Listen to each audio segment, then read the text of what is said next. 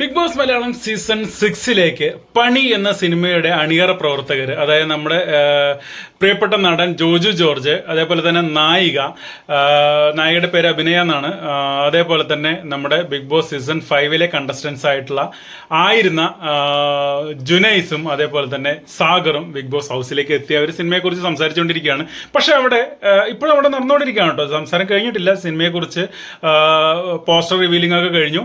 ഇപ്പോൾ നമ്മുടെ ഇപ്പോഴത്തെ സീസൺ 6 കണ്ടസ്റ്റൻസ് അവരോട് ഓരോ ചോദ്യങ്ങൾ, അതായത് സിനിമയുമായി ബന്ധപ്പെട്ടുള്ള ചോദ്യങ്ങൾ ചോദിച്ചുകൊണ്ടിരിക്കുകയാണ്.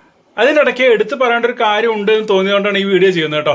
ജോജു ജോർജ് വന്നപ്പോൾ മുതൽ ജിൻഡോയെ കുറിച്ചാണ് സംസാരിക്കുന്നത്. ജിൻഡോയെ നേരത്തെ അറിയാം, ജിൻഡോയുടെ ട്രെയിനിങ്ങിന് പോയിട്ടുണ്ട്.